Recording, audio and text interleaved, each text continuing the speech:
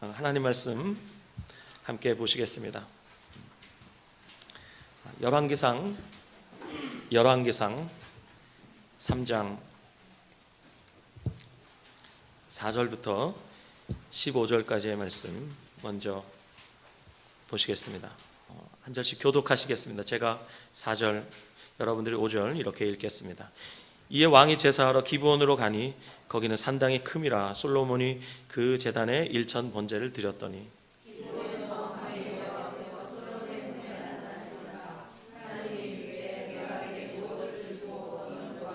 솔로몬이 이르되 주의 종 내 아버지 다윗이 성실과 공의와 정직한 마음으로 주와 함께 주 앞에서 행함으로 주께서 그에게 큰 은혜를 베푸셨고 주께서 또 그를 위하여 이 큰 은혜를 항상 주사 오늘과 같이 그의 자리에 앉을 아들을 그에게 주셨나이다.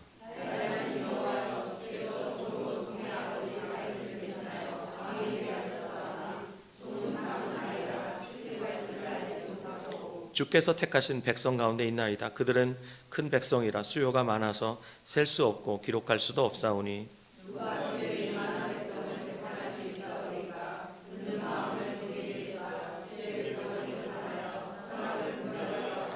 솔로몬이 이것을 구하매 그 말씀이 주의 마음에 든지라.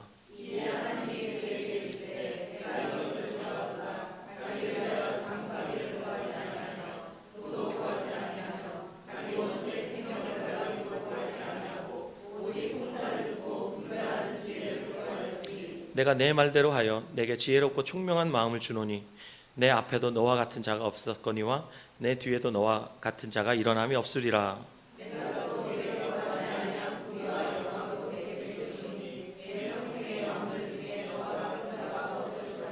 내가 만일 내 아버지 다윗이 행함같이 내 길로 행하며 내 법도와 명령을 지키면 내가 또 내 날을 길게 하리라.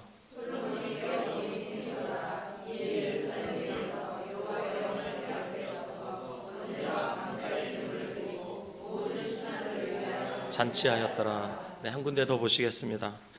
신약성경 고린도후서 11장 1절에서 4절 말씀입니다.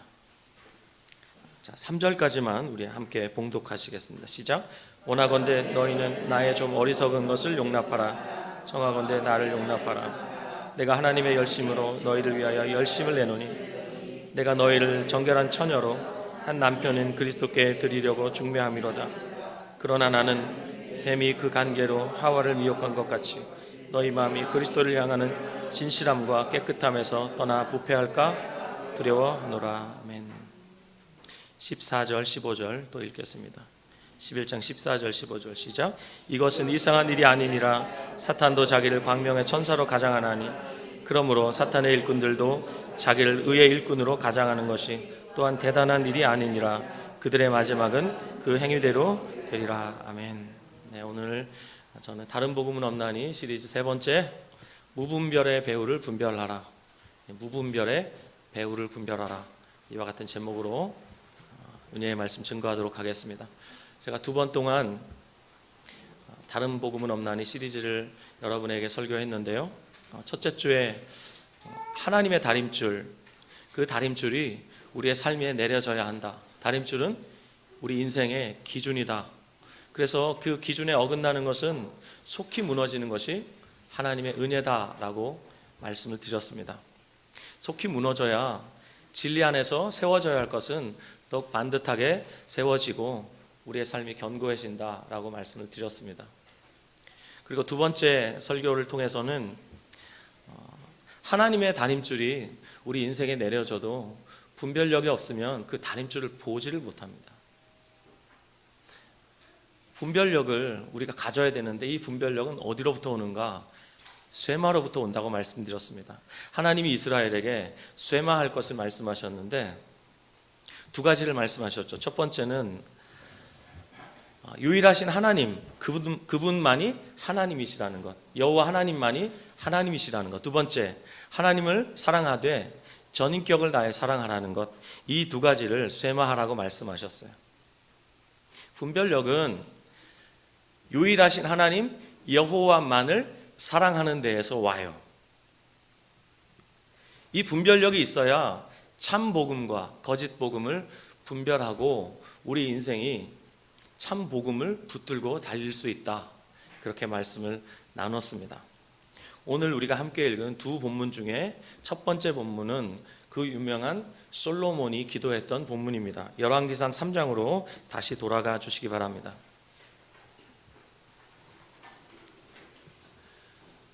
솔로몬이 왕위를 이어받아 아버지 다윗에 이어서 왕으로 등극할 때 그가 하나님 앞에 예배하기 위해서 기브온이라는 산당으로 갔습니다. 이곳은 양을 1,000마리를 한꺼번에 번제로 드릴 수 있을 만큼 아주 큰 산당이었습니다. 여러분 오해하지 마실 것은 1,000번제라고 그래서 1,000번의 번제를 드리라, 그렇게 오늘도 선량한 성도들을 현혹하는 그런 무당 같은 목사들이 있는데요, 이건 1,000마리의 양을 한꺼번에 바쳤다, 그래서 이게 1,000번제입니다. 그만큼 솔로몬의 마음이 주를 향해 있었고, 그리고 기브온 산당이 컸습니다. 이렇게 하나님께 1,000번제를 드리고 주님이 꿈에 나타나셨죠. 그래서 솔로몬에게 물으십니다. 내가 너에게 무엇을 줄고 너는 구하라. 5절 우리가 함께 읽었는데요, 그때 솔로몬이 꿈에서 이렇게 대답하죠. 여러분이 읽으신 말씀 중에 7절 말씀 특별히 마음에 와 닿습니다. 종은 작은 아이입니다. 출입할 줄을 알지 못합니다. 자기를 겸손하게 낮추고 있습니다. 그리고 8절의 표현을 잘 보십시오. 주께서 택하신 백성 가운데 내가 있습니다.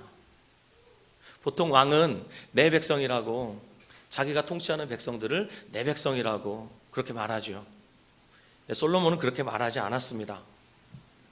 주님 당신께서 선택하셔서 내게 맡겨주신 백성이다 라고 말했습니다. 자신을 청지기로 낮춘 것이죠. 하나님, 저는 청지기에 불과합니다. 다시 말합니다. 9절에 누가 주의 이 많은 백성을 재판할 수 있겠습니까? 두 번이나 하나님께서 내게 주신 이 백성은 저의 백성이 아니라 주님 당신의 백성입니다, 이렇게 고백하고 있습니다.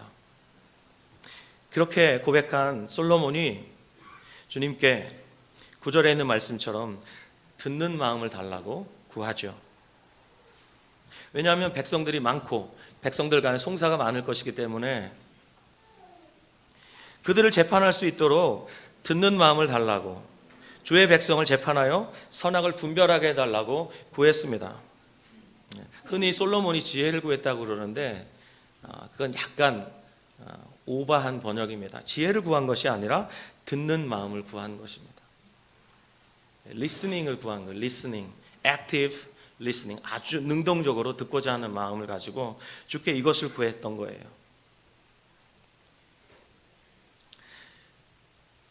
그랬던 주님께서 11절에 아주 기뻐하시면서 이렇게 말씀하시죠. 네가 이것을 구하는도다. 여러분 성경에 이것을 구하도다 다음에 느낌표를 한 100개 정도 그려두시면 좋겠어요. 주님이 너무너무 흡족해 하셨어요. 자기를 위하여 장수를 구하지도 않고 부도 구하지 않고 자기의 원수의 생명을 멸하기도 구하지 않고 오직 송사를 듣고 분별하는 지혜를 구하였으니, 여러분 성경에 분별하는 지혜를 지우십시오. 지혜는 성경 원문에 없습니다. 솔로몬이 구한 것은 분별이었습니다. 다른 말로 오늘 본문에 있는 말씀처럼 듣는 마음입니다. 이렇게 하나님이 너무너무 기뻐하셨고 솔로몬에게 듣는 마음, 즉 분별을 주셨습니다. 그랬더니 곧바로 3장 16절부터 나오는 솔로몬의 재판 이야기에서 솔로몬의 지혜가 지상의 모든 왕들보다 뛰어남을 어떤 사건을 통해서 주님이 입증하게 해주셨습니다. 이 솔로몬의 이야기는 분별력이 유일하신 하나님 여호와만을 사랑하되 전 인격적으로 사랑하는 것으로부터 나온다는 것을 보여준 대표적인 사례입니다. 솔로몬은 초기에 하나님을 이렇게 사랑했습니다. 그는 쇠마의 말씀처럼 하나님을 사랑하되 마음을 다하고 뜻을 다하고 힘을 다하여, 즉 전 인격으로 사랑하라는 이 말씀에 너무나 충실하게 대표적인 사례로 이렇게 주님을 사랑하여 그 앞에 일천번제를 드리고 듣는 마음을 구할 만큼, 그래서 주님이 기뻐할 만큼 그런 사람이었습니다. 한마디로 말하면 아주 분별력이 있는 사람이에요. 그리고 그의 분별로 재판한 그 재판은 그 당시에 살고 있었던 사람들 중에 일상적으로 벌어질 법한 일들이에요. 일상의 지혜가 어디 있습니까, 여러분? 우리 직장 생활의 지혜가 어디 있습니까, 여러분? 사업의 지혜가 어디 있습니까, 여러분? 인간관계의 지혜가 어디 있습니까, 여러분? 하나님을 향한 분별에 있습니다. 하나님을 사랑하고 그분만을 사랑하고 그분을 마음을 다하고 뜻을 다하고 힘을 다해 전 인격을 다해 사랑하는 것에 우리 그리스도인들의 분별력이 온다는 것이에요. 자, 두 번째 읽었던 본문 고린도후서 11장 1절에서 3절 말씀 다시 보시겠습니다.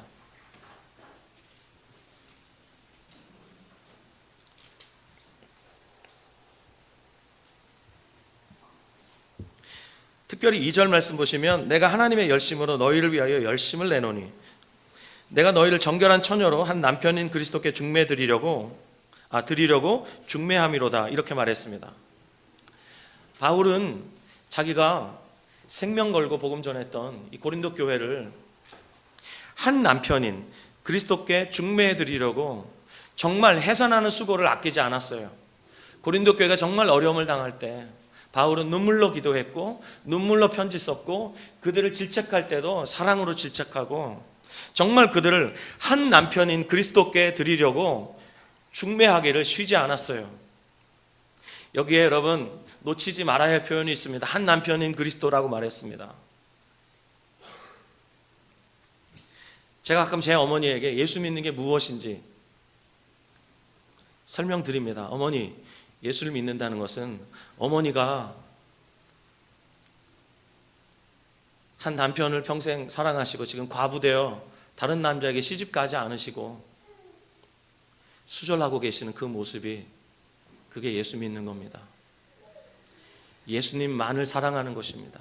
그것이 예수를 믿는 것입니다 라고 저희 어머니가 헷갈릴 때 설명해 드려요. 누가 뭐라 그래도 속지 마시기 바랍니다. 우리의 분별은 예수님만을 사랑하는 데서 옵니다. 이 시대 가장 큰 유혹이 뭡니까? 돈 아닙니까? 어떻게 돈의 유혹을 이기죠? 예수님을 사랑하는, 아니 예수님만을 사랑하는 그 사랑이 아니면 어떻게 분별하여 이길 수 있죠? 내가 너희를 정결한 처녀로 한 남편인 그리스도께 드리려고 중매함이로다. 3절에 그렇지만 바울이 고린도 교회를 향한 염려를 이렇게 표현했습니다. 뱀이 그 관계로 하와를 미혹한 것 같이 너희 마음이 그리스도를 향하는 진실함과 깨끗함에서 떠나 부패할까 염려하노라. 14절 말씀 보시면 사탄은 자기를 광명의 천사로 가장한다 그랬습니다. 각양 좋은 모습으로 양의 탈을 쓰고, 하지만 그 모양은 양의 모습이겠지만 그 안에는 늑대예요. 이렇게 사단이 가장하는 모습으로 광명의 천사로 아주 나이스한 모습으로 다가와서 그가 하는 일이 뭘까요, 여러분? 그가 하는 일이 뭘까요? 미혹하는 거예요. 이것 이상이 없어요. 이것밖에 없어요. 오늘 설교의 제목 여러분 머릿속에 다시 한번 새기시기 바랍니다. 무분별을 분별하는, 무분별의 배후를 분별하라. 모든 영적인 것은 반드시 그 배후가 있죠. 반드시 배후가 있습니다. 그리고 어떤 존재든 주인이 없는 존재는 없어요. 모든 사람은 다 주인이 있어요. 그 주인이 하나님이든 아니면 하나님 아닌 것이든 이거 부인할 수 없는 거예요. 저희 여러분이 행하는 모든 일들은 누구를 주인으로 섬기느냐, 그 섬김의 결과입니다.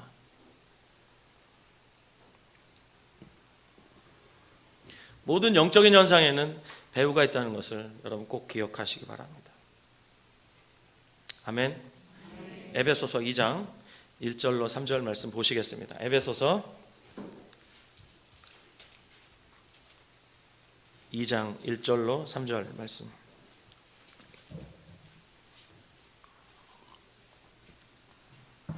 시작. 그는 허물과 죄로 죽었던 너희를 살리셨도다. 그때 너희는 그 가운데서 행하여 이 세상 풍조를 따르고 공중의 권세 잡은 자를 따랐으니 곧 지금 불순종의 아들들 가운데서 역사하는 영이라. 전에는 우리도 다 그 가운데서 행하여 우리 육체의 욕심을 따라 지내며 육체와 마음에 원하는 것을 하여 다른 이들과 같이 본질상 진노의 자녀였더니. 에베소 교인을 향해서 바울이 편지 쓰고 있습니다. 전에는 우리도 다 그 가운데서 우리 육체의 욕심을 따라 지냈다. 그리스도 밖에 있을 때 모든 사람들은 전부 자아의 욕심을 따라 살지요. 자아의 마음에 원하는 것, 육체가 원하는 것을 따라 삽니다. 결국은 이들은 본질상 진노의 자녀밖에 되지 않습니다. 2절 보시면 그때 너희도 그들 가운데서 행하여서 이 세상의 풍조를 따랐다. 이 세상의 트렌드를 따르고 이 세상의 가치를 따랐다. 근데 그게 그냥 가치를 따라가고 자기 좋은 대로 살았는데 그게 결국은 공중의 권세 잡은 자를 따른 것이다. 여러분, 이 세상에 그 누구도 어떤 존재도 주인 없는 존재는 없어요. 반드시 주인이 있습니다. 욥이 고난당한 것을 여러분 생각해 보세요. 욥은 하나님을 주인으로 섬겼던 사람입니다. 욥이요, 사탄 앞에서 그 믿음을 지켰죠. 근데 주님께서 마지막에 욥을 축복해 주셨어요. 욥은요, 자신의 순전함으로, 자신의 믿음으로 보이지 않았지만 실제하고 계시는 그 하나님이 자신의 인생의 주인이라고 삶으로 증명했어요. 주인 없는 사람 없어요.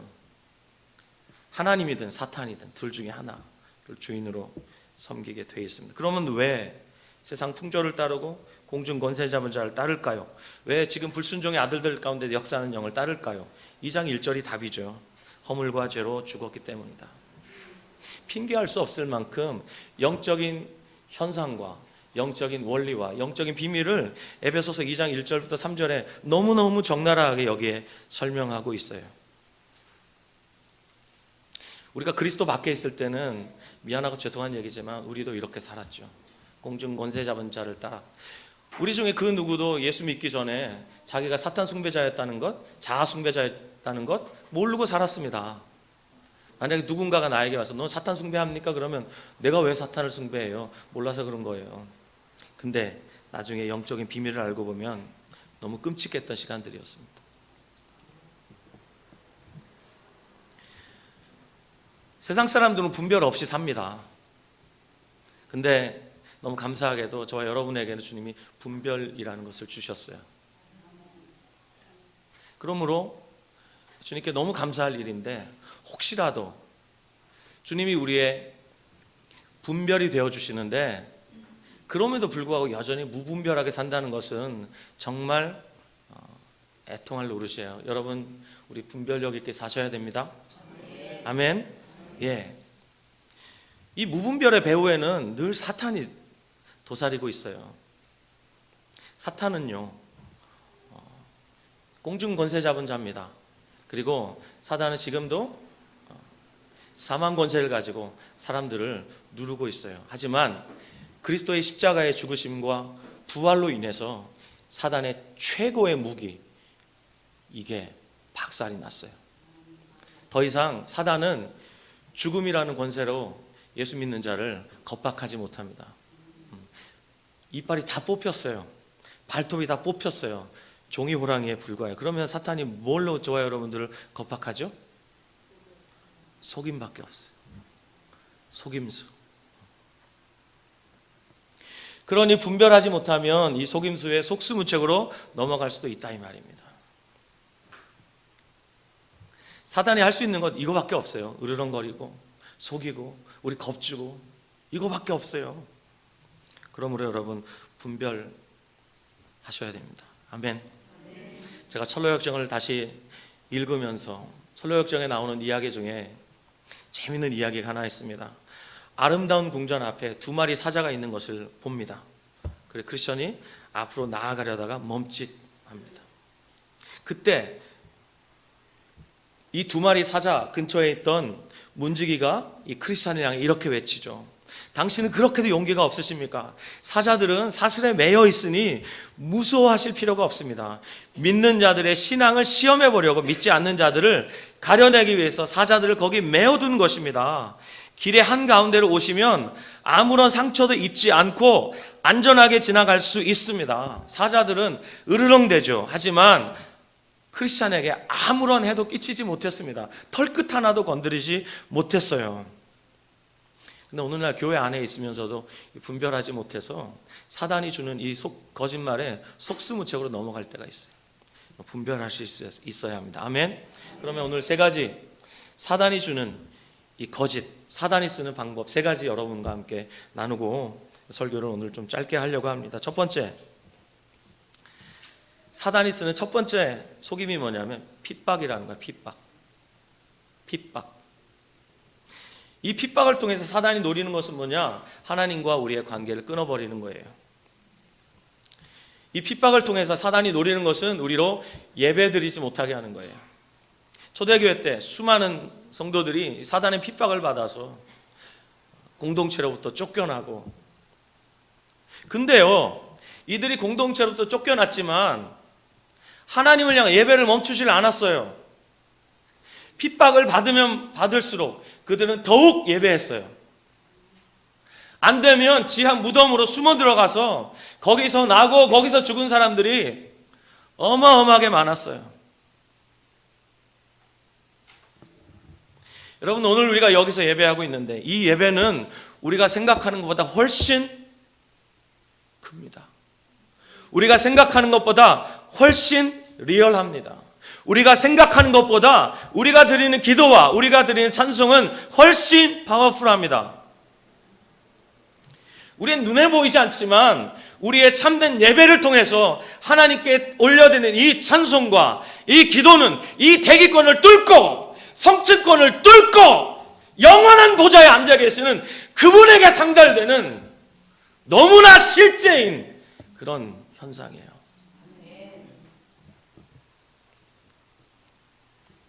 하나님의 은혜가 임하는 통로가 바로 우리 예배라는 것이에요.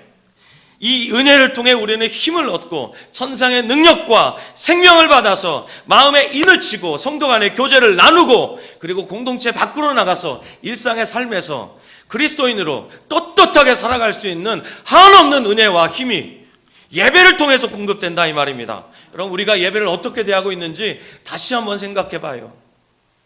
사탄이 이 시대에 교회를 무기력하게 하는 최고의 방법 중에 하나가 뭐냐? 예배 못 드리게 하는 거예요. 그래서 손에 스마트폰 다 쥐어졌죠. 우리 어린 애들도 스마트폰 다 쥐고 있어요. 예배가 안 될 때가 많아요. 오늘도 예배 시간에 들어오셔서 스마트폰 막 보시고 그런 분 안 계시죠? 부탁드려요. 예배 시간에 스마트폰 가방에다 집어넣으세요. 하나님을 예배하는데 일도 도움이 되지 않습니다. 이 예배가 어떤 예배이길래 우리가 그렇게 하나님께 예배한단 말입니까? 그건 말이 되지 않습니다. 기독교 역사 속에서 사탄은 끊임없이 모여서 예배드리지 못하도록 방해해 왔습니다. 근데 아세요? 한 번도 사단의 이 방해 공작은 성공한 적이 없어요. 왜요? 예배드리지 못하게 하면 더욱 예배하거든요. 잔디는 밟으면 밟을수록 더 뿌리를 뻗습니다. 이게 잔디입니다. 그리스도인은 잔디 같은 존재예요. 그래서 사탄이 두 손 두 발 다 들었어요. 핍박으로는 기독교를 감당을 못하겠구나. 그래서 더 이상 핍박을 쓰지 않습니다. 이제 핍박 같은 거 쓰지 않습니다. 어떻게 교회를 무너뜨리려고 속임수를 쓰느냐? 부도덕입니다. 부도덕. 두 번째 사단의 전략은 부도덕이에요. 교회 안에 여러 분열과 다툼을 줍니다. 교회 안에 수많은 리더들이 성적으로 그리고 돈으로 타락하게 만듭니다. 많은 교회들이 분열로 어려움을 겪고 있습니다. 이 부천에도 어려운 교회들 얘기 제가 많이 알고 있지만 여러분에게 말씀드리지 않겠습니다. 그러니까 누워서 침 뱉기니까요. 어떤 교회가 막 싸우다가 이랬대요. 장로님이, 그리스도인이라고 말하는 우리가 어떻게 이렇게 오랜 기간 동안 분열할 수 있냐? 법정으로 가서 소송하고 이게 몇 년이 걸리잖아요. 그러다가 어느 날 정신이 든 거예요. 그리스도인이라고 말하는 우리가 어떻게 이렇게 오랜 기간 동안 서로를 미워하고 분열하고 다툴 수 있냐? 틀린 말이에요.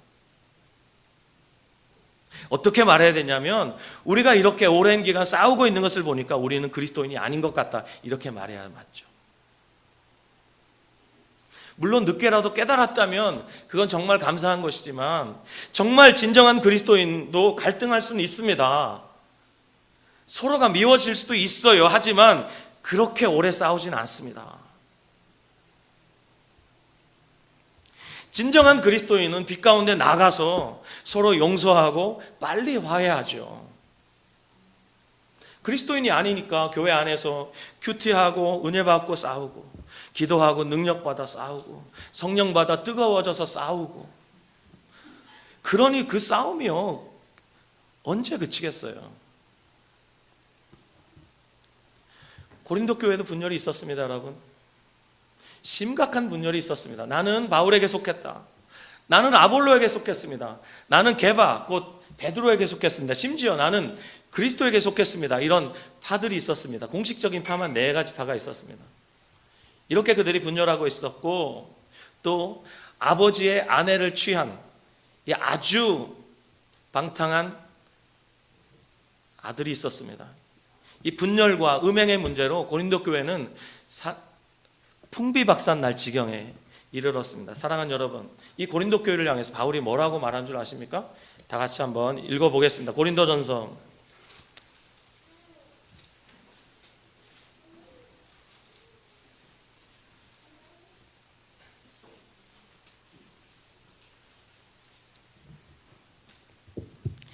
2장 14절.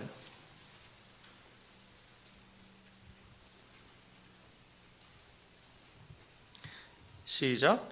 육에 속한 사람은 하나님의 성령의 일들을 받지 아니하느니 이는 그것들이 그에게 어리석게 보이며 또 그는 그것들을 알 수도 없나니 그러한 일은 영적으로 분별되기 때문이라. 여기 육에 속한 사람은 자연인을 말합니다. 불신자를 말해요. 육에 속한 사람은 성령의 일들을 받지 않는다고 합니다. 받지 못하는 게 아니라, 능력이 부족한 게 아니라 아예 받지 않습니다. 왜냐? 그런 일들은 영적으로 분별되기 때문이에요. 육에 속한 사람은 분별력이 제로인 사람이에요. 그리스도의 생명이 아예 없는 사람을 말해요. 자, 3장 1절부터 3절까지의 말씀 읽겠습니다. 시작. 형제들아, 내가 신령한 자를 대함과 같이 너희에게 말할 수 없어서 육신에 속한 자 곧 그리스도 안에서 어린 아이들을 대함과 같이 하노라. 내가 너희를 저주로 먹이고 밥으로 아니하였노니 이는 너희가 감당하지 못하였음이거니와 지금도 못하리라. 너희는 아직도 육신에 속한 자로다. 너희 가운데 시기와 분쟁이 있으니 어찌 육신에 속하여 사람을 따라 행함이 아니리요. 2장 14절에 육에 속한 사람이라고 말했고 3장 1절 그리고 3장 3절에는 육신에 속한 사람이라고 말합니다. 두 종류의 사람이 있죠. 지금 육에 속한 사람이 있고 육신에 속한 사람이 있습니다. 비슷한 것 같지만 다릅니다. 육에 속한 사람은 세상 사람을 말하고, 육신에 속한 사람은 3장 1절에 번역해 놨죠. 그리스도 안에서 어린아이들을 대함과 같이 한다. 하나님의 뜻은 우리가 성장하는 거예요. 우리가 성숙해지는 거예요. 아멘. 성숙이라는 단어 어려우시면 바꿔보세요. 숙성으로 바꿔보세요. 그리스도의 향기를 내뿜고 그리스도인다운 맛을 내는 사람, 소금의 맛을 가지고 있는 사람, 숙성된 사람이에요. 우린 여기까지 가야 돼요. 아멘. 여기까지 가는 것이 주님이 우리에게 요구하시는 거예요. 근데 어떤 사람들은 이렇게 말하는 사람이 있어요. 이게 미혹인데 오늘 이거 분별하셔야 돼요. 보십시오. 바울도 육신에 속한 사람이 있다고 말하지 않았습니까? 이 사람도 그리스도 안에서 어린아이라 그러니까 이 사람도 거듭난 사람이에요. 이 사람도 구원 받을 거예요. 나는 독가놓고 얘기해서 나는 성수 그거 싫고요. 그냥 육신에 속한 사람으로 살다가 나중에 뭐 상급은 변변치 못해도 그냥 근근히 하늘나라 가서 저는 그렇게 영원히 살고 싶어요. 이렇게 마음에 품고 있는 분이 계시다면 오늘 그 미혹을 반드시 걷어내셔야 돼요. 그럴까 봐 제가 저의 건의가 아니라 하나님의 사람 폴 워셔의 건의를 빌려서 여러분에게 그가 쓴 좁은 문 좁은 길이라는 책에서 몇 군데를 인용해 드리겠습니다. 그리고 이 설교 텍스트는 제가 이 부분은 그대로 밴드에 올려드릴 테니까 여러분들이 읽어보시기 바랍니다. 잘 들어보세요. 제가 이 부분을 말씀드린 이유는 나는 육신에 속한 사람이에요. 난 그리스도 안에서 어린아이로 충분해요. 그런 사람의 결심을 제가 오늘 부숴버리고 싶어요. 정말 집중해서 꼭 들어주시기 바랍니다. 우리는 교회 안에 낙태수가 세상과 거의 비슷하다는 것을 발견합니다. 성경적이지 않은 이혼이 세상과 다를 바 없이 팽배함을 봅니다. 부도덕이 만연한 것을 봅니다. 저나 당신이나 수많은 이들이 부도덕하게 살아가면서도 여전히 교회에서 하나님을 예배한다는 사실을 알고 있습니다. 마약을 하면서 교회 안에서 함께 어울려 다니는 사람들도 있습니다. 스스로 그리스도인이라 고백하는 이들이 그리스도인과 어울리지 않는 것을 보고 어울리지 않는 일을 합니다. 그럼에도 불구하고 교회에 와서 자신이 하나님 앞에 부족하지 않으며 구원받았다고 믿습니다. 그리고 그것을 보는 거의 모든 사람이 이렇게 말합니다. 그들은 육신적 그리스도인인 거야. 참된 그리스도인이긴 하지만 육신적일 뿐이지. 이는 수십 년 전 미국 침례신학교에서 시작된 교리입니다. 이것은 성경적이지도 않고 역사적으로도 인정받지 못하는 가르침입니다. 사랑하는 친구요, 육신적 그리스도인이란 존재하지 않습니다. 어떤 사람들은 이렇게 대답할 것입니다. 잠시만요. 그렇다면 고린도전서 3장은 어떻게 된 거죠? 사도 바울이 어찌 육신에 속하여 사람을 따라 행함이 아니리요 라고 말하잖아요. 그렇죠? 육신적 그리스도인이 있다고 바울이 분명히 말했잖아요. 이렇게 따진 사람이 있다는 거예요. 그때 폴 워셔가 뭐라고 말하는지 보십시오. 네, 바울은 분명히 그렇게 말했습니다. 그러나 무슨 의미로 그렇게 말했는지 알기 위해서는 고린도전서 전체를 읽어야 합니다. 성경은 참된 그리스도인이 지속적으로 육신적이고 악한 삶을 살며 매일매일 죄 가운데 살아갈 수 있다고 가르치지 않습니다. 성경은 참된 그리스도인에게 새로운 본성을 주어졌다고 가르칩니다. 참된 그리스도인은 그들을 사랑하시는 하늘 아버지께서 훈련시키시며 지켜보시고 사랑으로 살피십니다. 너무나 많은 사람들이 이 덫에 걸렸습니다. 그 중에 당신이 아는 사람도 있을 겁니다. 당신이 그 중에 한 명일지도 모릅니다. 아마도 당신이 다니는 교회에서 누가 그런지 이미 알고 있을 것입니다. 그들은 종교적인 행위를 합니다. 하지만 그들의 마음은 악하기 그지없습니다. 그들과 세상에서 만나는 이들의 차이를 발견할 수 없습니다. 그들에겐 빛이 없습니다. 세상이 하는 모든 일을 그대로 하며 그것이 적절한 행동이라고 생각합니다. 그들에게는 모든 것이 해도 괜찮은 일입니다. 하지만 그런 기독교는 없습니다. 그들은 단지 장래의 상급을 잃는 위험에 처한 것이 아닙니다. 그들은 지옥에 갈 위험에 처해 있습니다. 그들은 하나님을 알지 못합니다. 우리가 놓치고 있는 것이 무엇입니까? 천국을 향하는 좁은 문이 있을 뿐 아니라 좁은 길만 있다는 말은 들어본 것이 언제입니까? 예수님께서는 참된 그리스도인이 되었음을 증명하는 징표 중에 하나가 바로 좁은 길을 걷는 것이라고 가르치십니다. 성경에 비추어 과연 당신이 그 길 위에 있는지 검증하십시오. 왜냐하면 그리스도인은 분명 세상과 구별되기 때문입니다. 이 얘기를 듣고 제가 하나만 더 덧붙이겠습니다. 십자가 우편강도 얘기를 여러분이 아실 겁니다. 좌편강도 우편강도, 그 둘은 예수님을 동시에 욕했던 사람입니다. 그러다가 우편강도에게 하나님의 은혜가 임했습니다. 그가 정신이 번쩍 들어서 죽기 직전에 예수님께 이렇게 요구하죠. 주여, 당신이 오늘 당신의 나라에 임하실 때 나를 기억하옵소서. 그때 우편강도가 이렇게 말했습니다. 네가 오늘 나와 함께 낙원에 있을 것이다. 유명한 러시아의 대문호 톨스토이, 그도 사형장에서 황제의 칙령으로 직전에 풀려났습니다. 그 후 그가 어떻게 살았죠? 죄와 벌, 까리마조프의 형제들, 이와 같은 위대한 소설들을 쓰면서 기독교가 어떤 것인지를 온 천하에 분명히 드러내는 그런 삶을 살았어요. 십자가 우편의 강도 역시 마찬가지예요. 그가 만약에 십자가형에서 면제받고 비록 양손과 양발이 찔렸지만 그가 십자가에서 내려졌다면 그는 나중에 다 치료받은 후에 정말 좁은 길 갔을 겁니다. 하나님은 우리를 사랑하시지만 그대로 두시진 않습니다. 여러분이 여러분 자녀를 볼 때 애달파하는 것과 똑같습니다. 하나님은 우리가 매일 죄짓고 똑같이 사는데도 그대로 두면서 사랑한다 사랑한다 말씀하시지 않습니다. 사랑하지요 하지만 그 사랑은 우리를 변화시키는 사랑이에요. 사랑하는 여러분, 우리 안에 정말 없어져야 될 미혹이 뭐냐? 우리 안에 정말 장착되어야 할 분별력이 뭐냐? 바로 이거예요. 육신에 속한 그리스도인 없어요. 육신에 속한 그리스도인으로 살아도 좋다라고 바울이 이렇게 쓴 게 아니에요. 그건 고린도 전후서 전체를 보면 금방 알 수 있어요. 마지막 고린도후서 13장이 어떻게 끝나는지 보세요.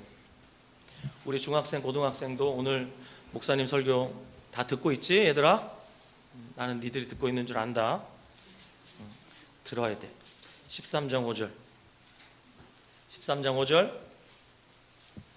자, 이 말씀 앞에 그 누구도 변명할 수 없습니다. 13장 5절 말씀 시작. 너희는 믿음 안에 있는가? 너희 자신을 시험하고 너희 자신을 확증하라. 예수 그리스도께서 너희 안에 계신 줄을 너희가 스스로 알지 못하느냐? 그렇지 않으면 너희는 버림받아.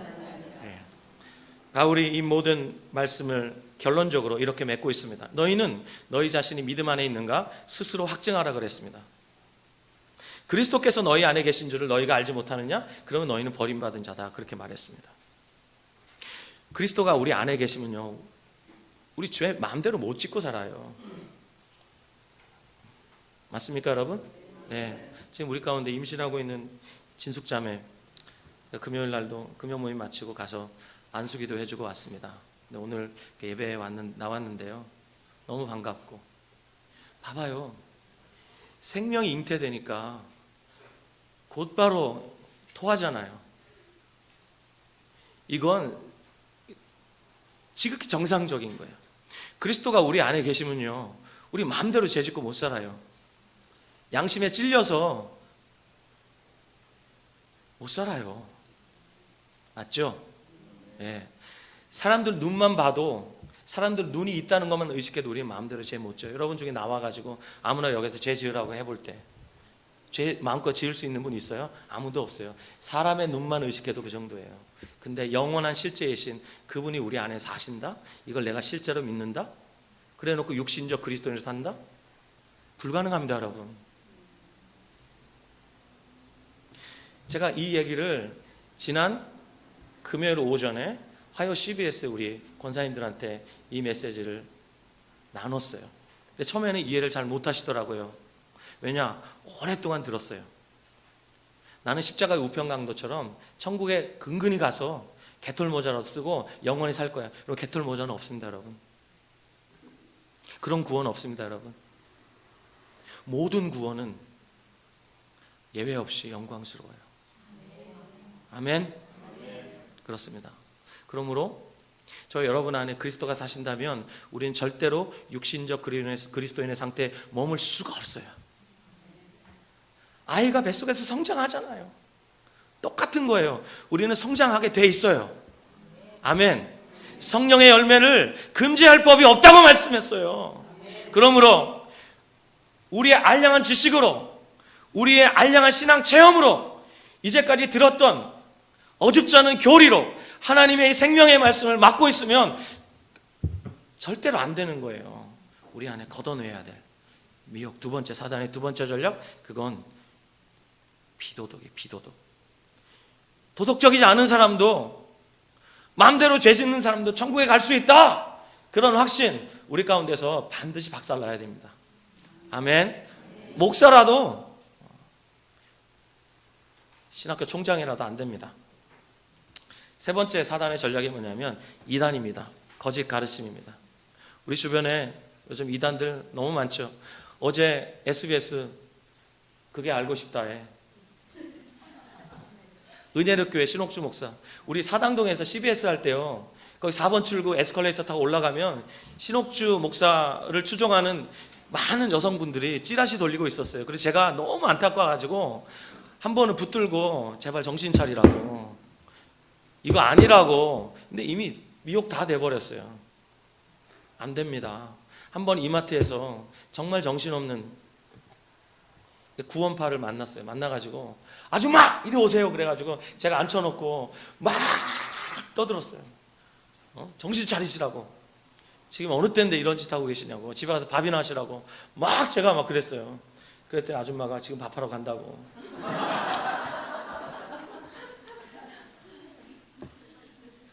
여기 송내 북부역만 한번 나가보십시오. 요 근처에 하나님의 교회 있습니다. 장길자라는 여자가요, 안상홍이라는 남자가 죽었을 때 진짜 부인도 아니에요.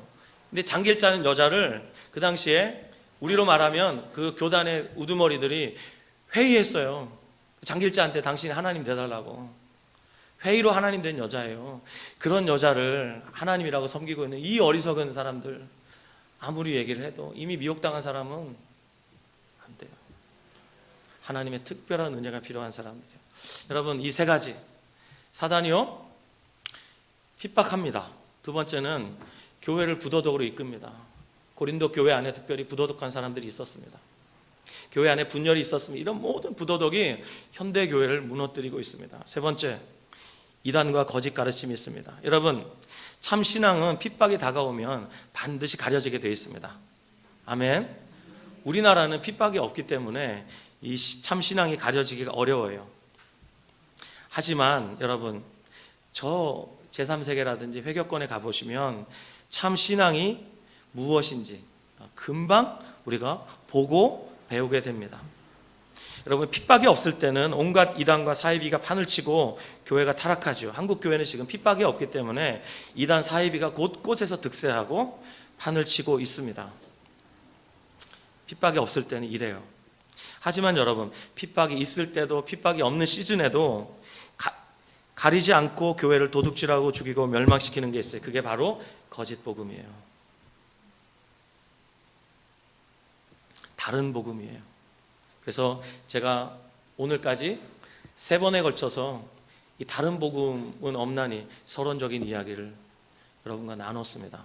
여러분, 우리 정말 분별력이 있어야 합니다. 주님만을 사랑하십시오. 정말 주님만을 사랑하되 뜨겁게 사랑하십시오. 그리고 우리 안에 심각한 미혹 중에 하나를 오늘 걷어내실 수 있기를 바랍니다. 육신적 그리스도인, 하나님이 원하시는 모습이 아닙니다. 반드시 성장하셔야 됩니다. 숙성되셔야 됩니다. 그리스도의 맛을 드러내셔야 됩니다. 아멘. 우리 옆 사람에게 좀 이렇게 서로를 격려하시면서 이렇게 인사해 주셨으면 좋겠습니다. 우리 성장하고 성숙합시다. 네, 이 시간 잠깐 옆 사람과 좀 손을 잡아주시기 바랍니다.